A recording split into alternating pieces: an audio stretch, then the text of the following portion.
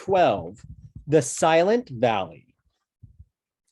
How agreeable and pleasant this valley is, thought Milo, as once again they bounced along the highway, with the humbug humming snatches of old songs to his own vast amusement, and Talk sniffing contentedly at the wind. I really can't see what Dr. Discord was so concerned about. There certainly couldn't be anything unpleasant along this road. And just as the thought crossed his mind, they passed through a heavy stone gateway, and everything was very different. At first, it was difficult to tell just what had changed.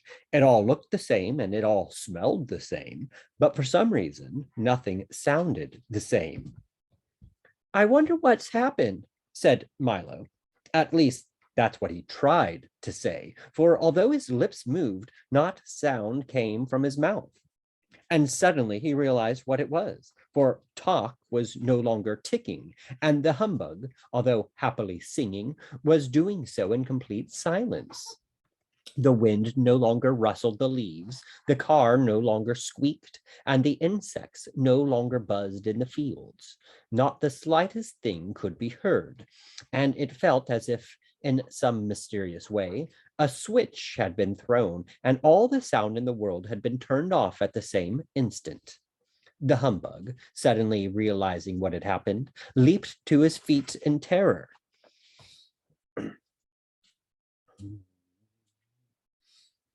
And Talk worriedly checked to see if he was still keeping time.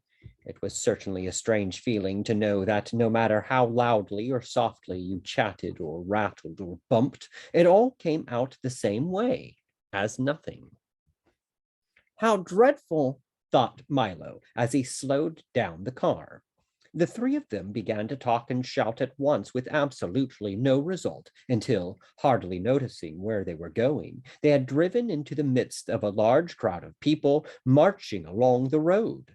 Some of them were singing at the tops of their non-existent voices, and others were carrying large signs which proclaimed, "Down with silence!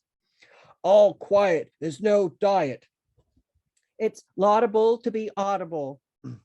More sound for all." And one enormous banner stated simply, "Here, here." Except for these and the big brass cannon being pulled along behind, they all looked very much like the residents of any other small valley to which you've never been.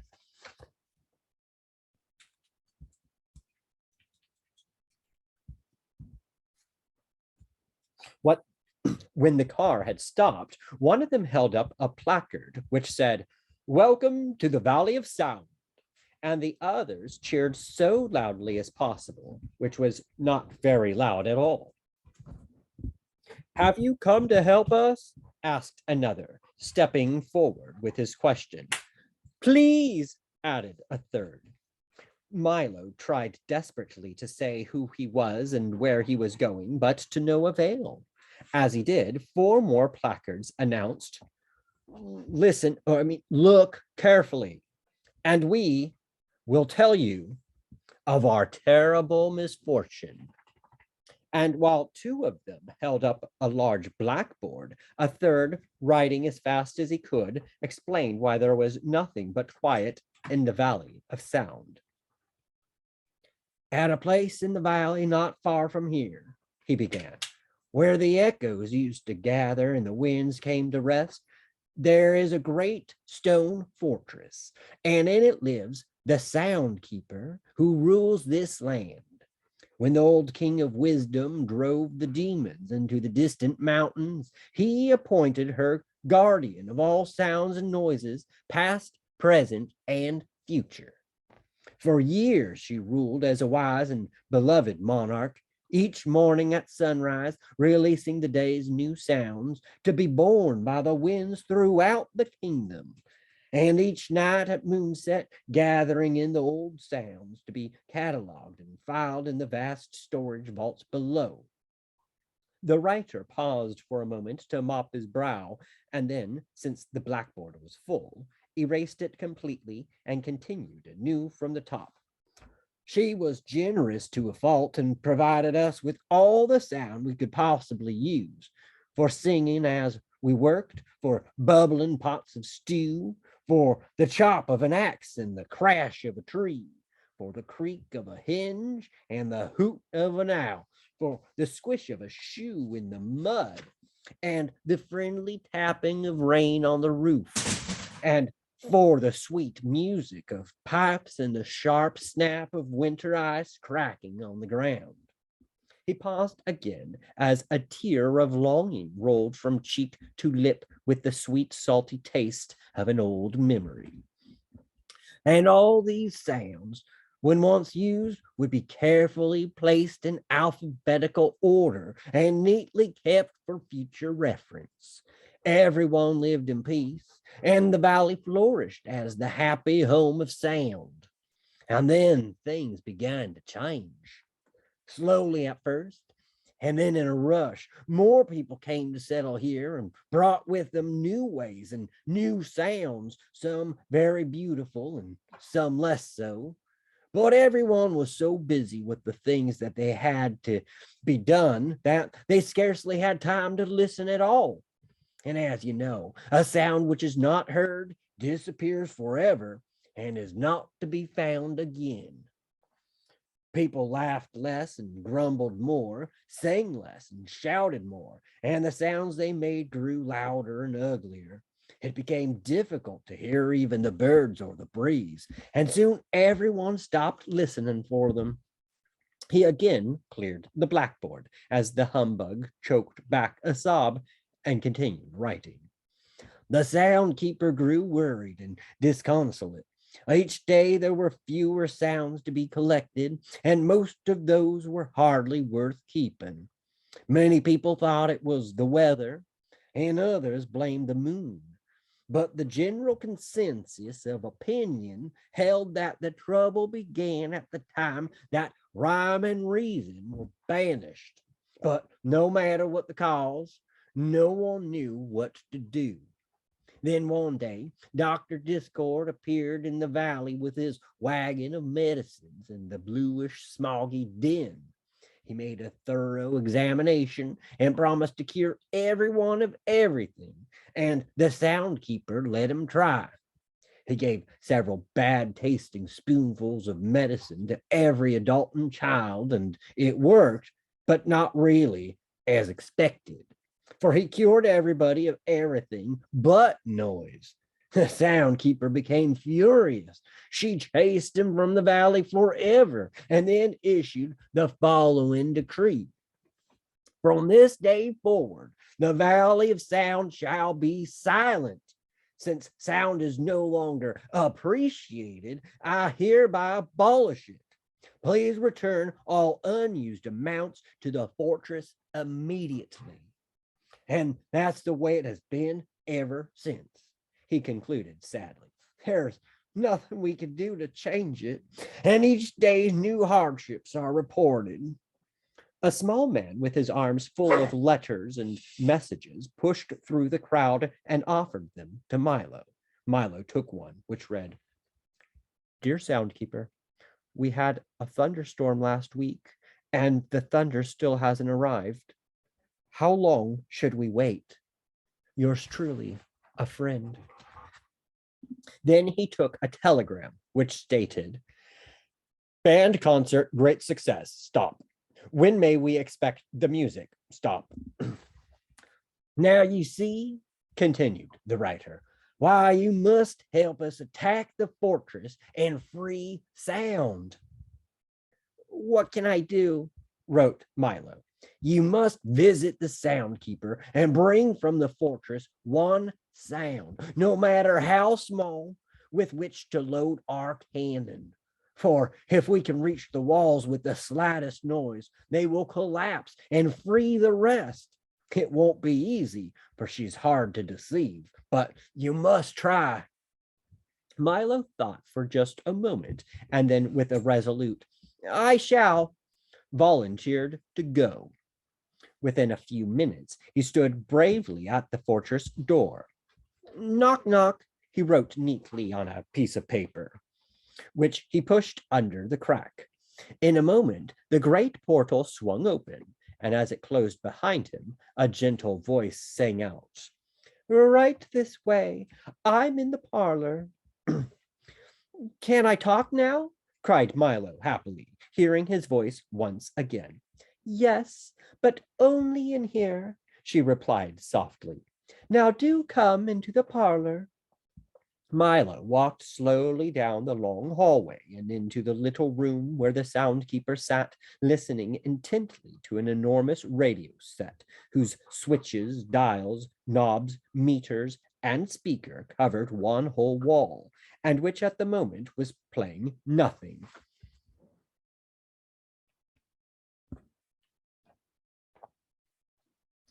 "Isn't that lovely?" she sighed. "It's my favorite program. 15 minutes of silence. And after that, there's a half hour of quiet, and then an interlude of lull. Why, did you know that there are almost as many kinds of stillness as there are sounds? But sadly enough, no one pays any attention to them these days. Have you ever heard the wonderful silence just before the dawn?" she inquired. "Or the quiet and calm just as a storm ends? Or perhaps you know the silence when you haven't the answer to a question you've been asked, or the hush of a country road at night, or the expectant pause in a room full of people when someone is just about to speak, or most beautiful of all, the moment after the door closes and you're all alone in the whole house. Each one is different, you know, and all very beautiful if you listen carefully." As she spoke, the thousands of little bells and chimes which covered her from head to toe tinkled softly, and as if in reply, the telephone began to ring too. "For someone who loves silence, she certainly talks a great deal," thought Milo. "At one time, I was able to listen to any sound made any place at any time," the soundkeeper remarked, pointing towards the radio wall. "But now I merely—" "Pardon me," interrupted Milo as the phone continued to ring. "But aren't you going to answer it?" "Oh, no, not in the middle of a program," she replied, and turned the silence up a little louder. "But it may be important," insisted Milo. "Not at all," she assured him. "It's only me. It gets so lonely around here with no sounds to distribute or collect that I call myself 7 or 8 times a day just to see how I am." "How are you?" he asked politely. "Not very well, I'm afraid. I seem to have a touch of static," she complained. "But what brings you here? Of course, you've come to tour the vaults. Well, they're usually open to the public only on Mondays from 2 to 4, but since you've traveled so far, we'll have to make an exception. Follow me, please." She quickly bounced to her feet with a chorus of jingles and chimes and started down the hallway. "Don't you just love jingles and chimes? I do," she answered quickly. "Besides, they're very convenient, for I'm always getting lost in this big fortress, and all I have to do is listen for them, and then I know exactly where I am."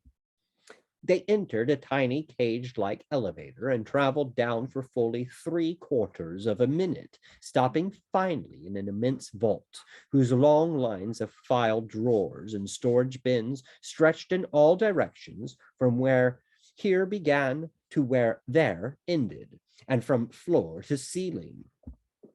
"Every sound that's ever been made in history is kept here," said the soundkeeper, skipping down one of the corridors with Milo in hand. "For instance, look here." She opened one of the drawers and pulled out a small brown envelope. "This is the exact time George Washington whistled when he crossed the Delaware on that icy night in 1777. Milo peered into the envelope, and sure enough, that's exactly what was in it. "But why do you collect them all?" he asked as she closed the drawer. "If we didn't collect them, said the sound keeper as they continued to stroll through the vault. The air would be full of old sounds and noises, bouncing around and bumping into things. It would be terribly confusing because you'd never know whether you were listening to an old one or a new one. Besides, I do like to collect things, and there are more sounds than almost anything else. Why, I have everything here from the buzz of a mosquito a million years ago to what your mother said to you this morning.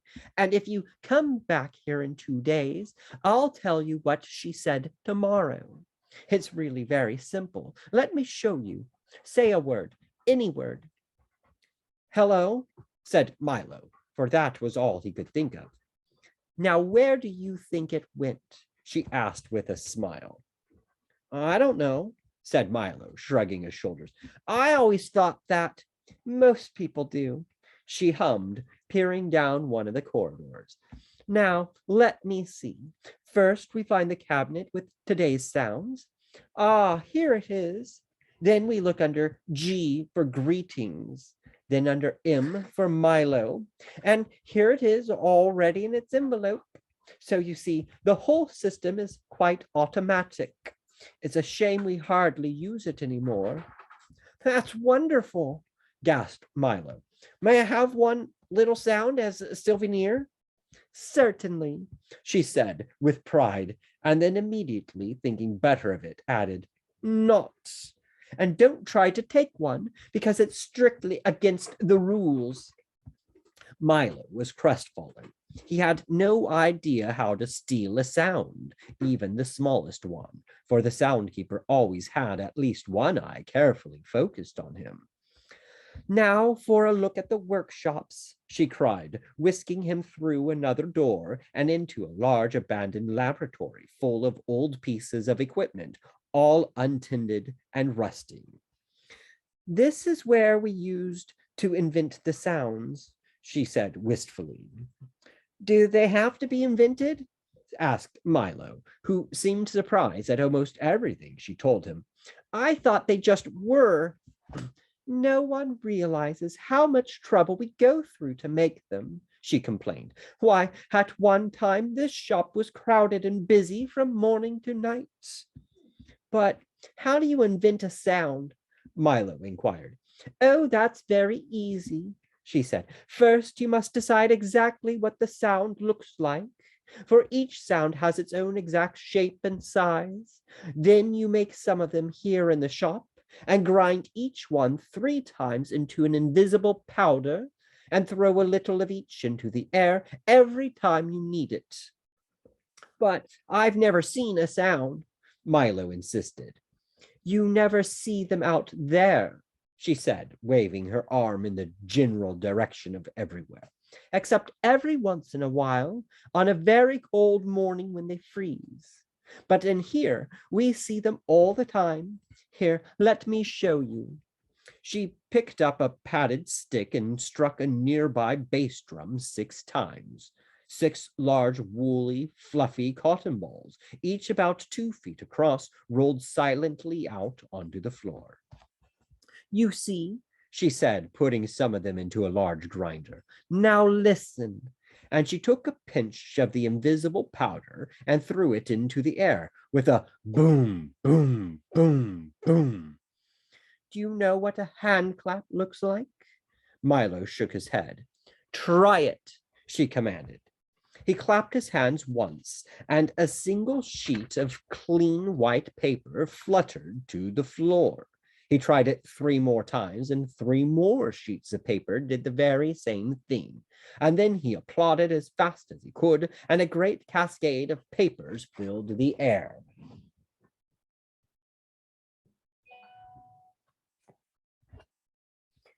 Isn't that simple? And it's the same for all sounds. If you think about it, you'll soon know what each one looks like. Take laughter, for instance, she said, laughing brightly. And 1,000 tiny, brightly colored bubbles flew into the air and popped noiselessly.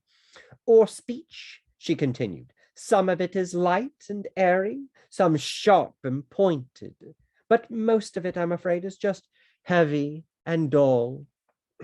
How about music? Asked Milo excitedly.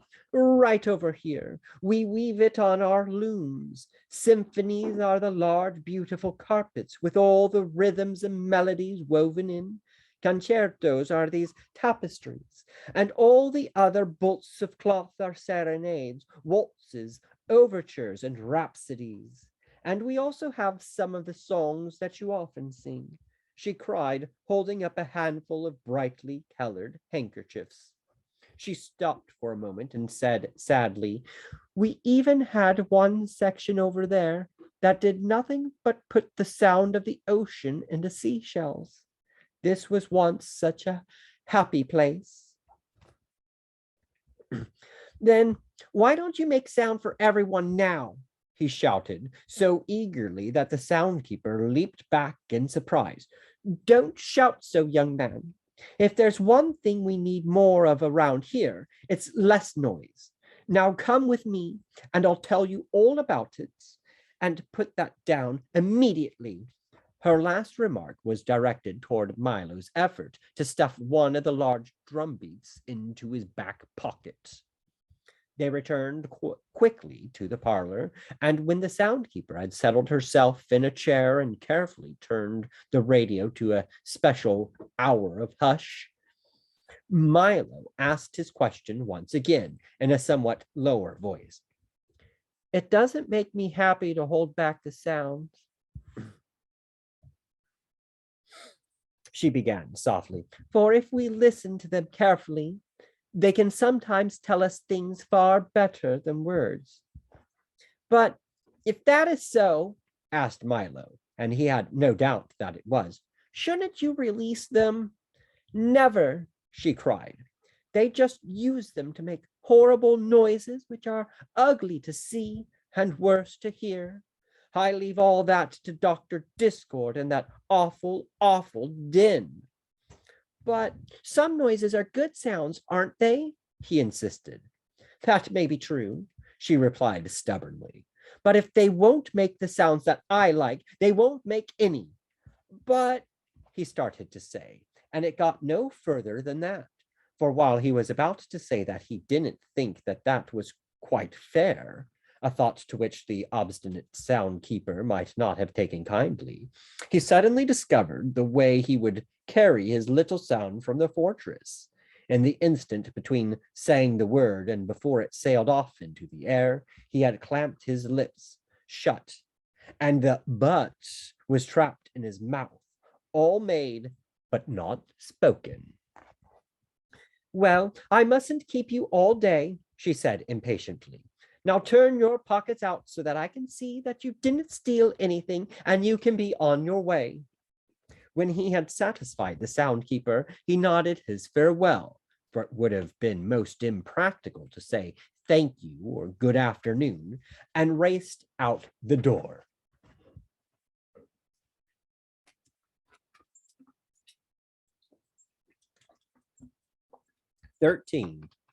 Unfortunate conclusions.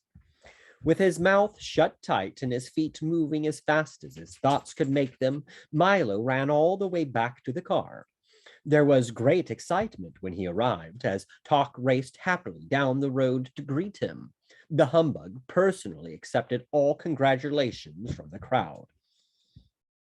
Where's the sound? Someone hastily scribbled on the blackboard, and they all waited anxiously for the reply. Milo caught his breath, picked up the chalk, and explained simply, It's on the tip of my tongue. Several people excitedly threw their hats into the air. Some shouted what would have been a loud hurrah, and the rest pushed the heavy cannon into place. They aimed it directly at the thickest part of the fortress wall and packed it full of gunpowder. Milo stood on tiptoe, leaned over into the cannon's mouth, and parted his lips. The small sound dropped silently to the bottom, and everything was ready. In another moment, the fuse was lit and sputtering. I hope no one gets hurt, thought Milo. And before he had time to think again, an immense cloud of gray and white smoke leaped from the gun, and along with it, so softly that it was hardly heard, came the sound of butt. It flew toward the wall for several seconds in a high, lazy arc, and then struck ever so lightly just to the right of the big door. For an instant, there was an ominous stillness, quieter and more silent than ever before, as if even the air was holding its breath. And then almost immediately, there was a blasting, roaring, thundering smash, followed by a crushing, shattering, bursting crash, as every stone in the fortress came toppling to the ground, and the vaults burst open, spilling the sounds of history into the wind. Every sound that had ever been uttered or made, from way back to when there were none, to way up when there were too many, came hurtling out of the debris in a way that sounded as though everyone in the world was laughing, whistling, shouting, crying, singing, whispering, humming, screaming, coughing, and sneezing, all at the same time. There were bits of old speeches floating about, as well as recited lessons, gunshots from old wars, babies' cries, auto horns, waterfalls, electric fans, galloping horses, and a great deal of everything else.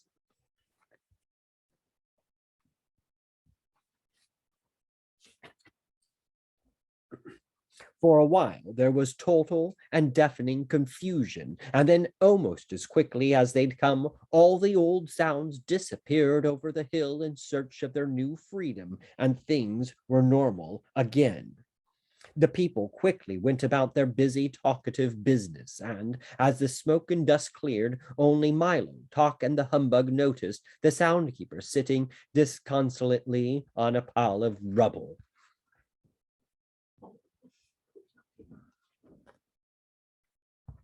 "I'm terribly sorry," said Milo sympathetically, as the three of them went to console her. "But we had to do it," added Talk, sniffing around the ruins. "What a terrible mess," observed the humbug, with his knack for saying exactly the wrong thing. The soundkeeper looked around with an expression of unrelieved sadness on her unhappy face. "It will take years to collect all those sounds again," she sobbed, "and even longer to put them back in proper order. But it's all my fault, for you can't improve sound by having only silence. The problem is to use each at the proper time." As she spoke, the familiar and unmistakable squinch, squanch of the din's heavy footsteps could be heard plodding over the hill, and when he finally appeared, he was dragging an incredibly large sack behind him. "Can anyone use these sounds?" he puffed, mopping his forehead. "They all came over the hill at once, and none of them are awful enough for me." The soundkeeper peered into the sack, and there were all the sounds which had burst from the vaults. "How nice of you to return them," she cried happily. "You and the doctor must come by for an evening of beautiful music when my fortress is repaired."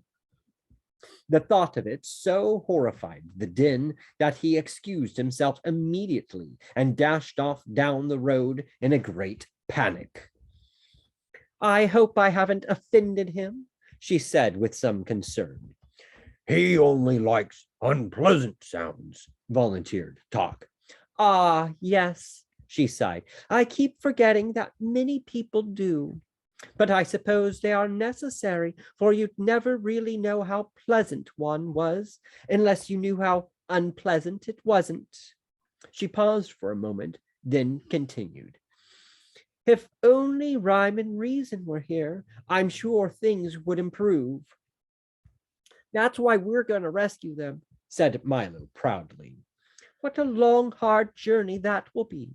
You'll need some nourishment," she cried, handing Milo a small brown package, neatly wrapped and tied with a string. "Now remember, they're not for eating, but for listening, because you'll often be hungry for sounds as well as food. Here are street noises at night, train whistles a long way off, dry leaves burning, busy department stores, crunching toast, creaking bed springs, and of course, all kinds of laughter. There's a little of each, and in far off, lonely places, I think you'll be glad to have them. I'm sure we will, replied Milo gratefully. Just take this road to the sea and turn left, she told them. You'll soon be in Digitopolis. And almost before she had finished, they had said goodbye and left the valley behind them. The shoreline was peaceful and flat, and the calm sea bumped it playfully along the sandy beach. In the distance, a beautiful island covered with palm trees and flowers beckoned invitingly from the sparkling water.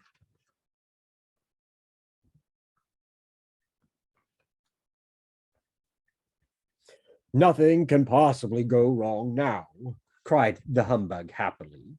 And as soon as he'd said it, he leaped from the car as if stuck by a pin and sailed all the way to the little island. And we'll have plenty of time, answered Talk, who hadn't noticed that the bug was missing, and he too suddenly leaped into the air and disappeared. It certainly couldn't be a nicer day, agreed Milo, who was too busy looking at the road to see that the others had gone. And in a split second, he was gone also. He landed next to Talk and the terrified humbug on the tiny island, which now looked completely different. Instead of palms and flowers, there were only rocks and twisted stumps of long dead trees. It certainly didn't seem like the same place they had seen from the road. Pardon me, said Milo to the first man who happened by. Can you tell me where I am? Pardon me, replied the man. Can you tell me who I am? The man was dressed in a shaggy tweed jacket and knickers with long woolen stockings and a cap that had a peak both front and back, and he seemed as confused as he could be. You must know who you are, said Milo impatiently. You must know where you are, he replied with equal annoyance. Oh dear, this is going to be difficult, Milo whispered to Talk. I wonder if we can help him. They conferred for a few minutes, and finally the bug looked up and said, Can you describe yourself? Yes, indeed, the man replied happily. I'm as tall as can be. And he grew straight up until all that could be seen of him were his shoes and stockings. And I'm as short as can be. And he shrank down to the size of a pebble. I'm as generous as can be, he said, handing each of them a large red apple. And I'm as selfish as can be, he snarled, grabbing them back again. I'm as strong as can be, he roared, lifting an enormous boulder over his head. And I'm as weak as can be, he gasped, staggering under the weight of his hat. I'm as smart as can be, he remarked in 12 different languages. And I'm as stupid as can be, he admitted, putting both feet in one shoe.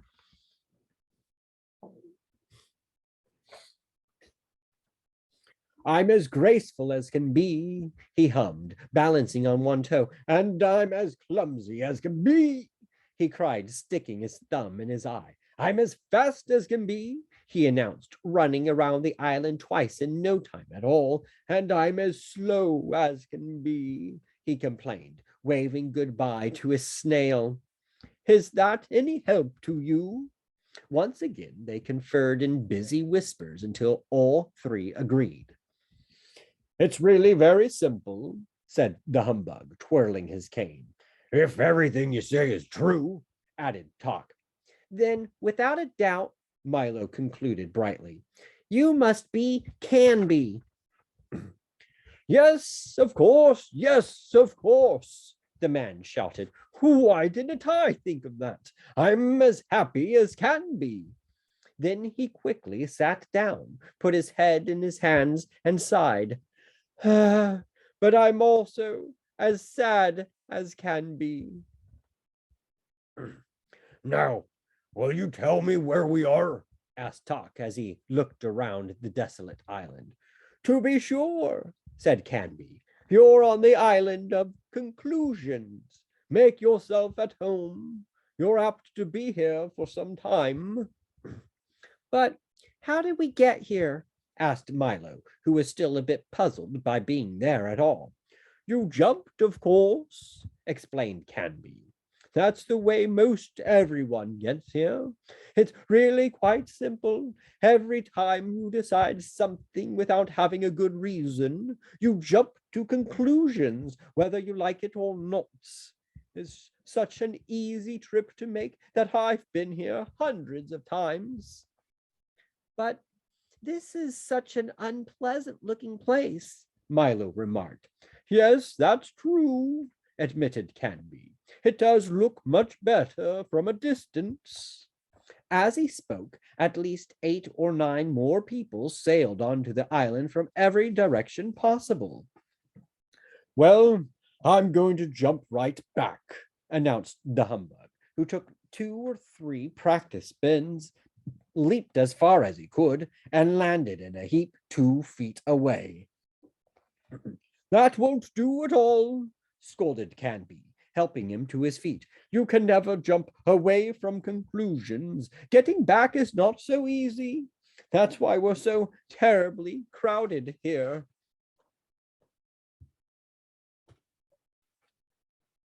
That was certainly the truth, for all along the bleak shore and clustered on the rocks for as far as anyone could see were enormous crowds of people, all sadly looking out to sea.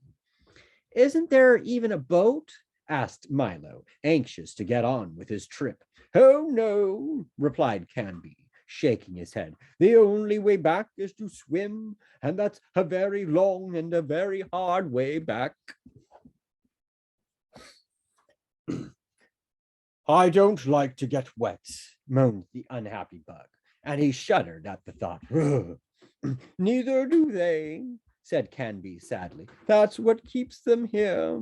But I wouldn't worry too much about it, for you can swim all day in the sea of knowledge and still come out completely dry. Most people do. But you must excuse me now. I have to greet the new arrivals. As you know, I'm as friendly as can be. Over the humbug's strenuous objections, Milo and Tock decided to swim, and protesting loudly, the bug was dragged along with them toward the sea. Canby hurried off to answer more questions, and the last thing he was heard to say was, Pardon me, can you tell me who I am? They swam and swam and swam for what seemed like hours, and only Tock's firm encouragement kept Milo struggling through the icy water. At last, they reached the shore, thoroughly exhausted, and except for the bug, completely soaked. That wasn't bad at all, the humbug said, straightening his tie and brushing himself off. I must visit there again. I'm sure you will, gasped Milo. But from now on, I'm going to have a very good reason before I make up my mind about anything. You can lose too much time jumping to conclusions. The car was just where they'd left it, and in a moment they were on their way again as the road turned away from the sea and began its long climb into the mountains. The warm sun and billowy breezes dried them as they went. I hope we reach Digitopolis soon, said Milo, thinking of the breakfast they hadn't eaten. I wonder how far it is.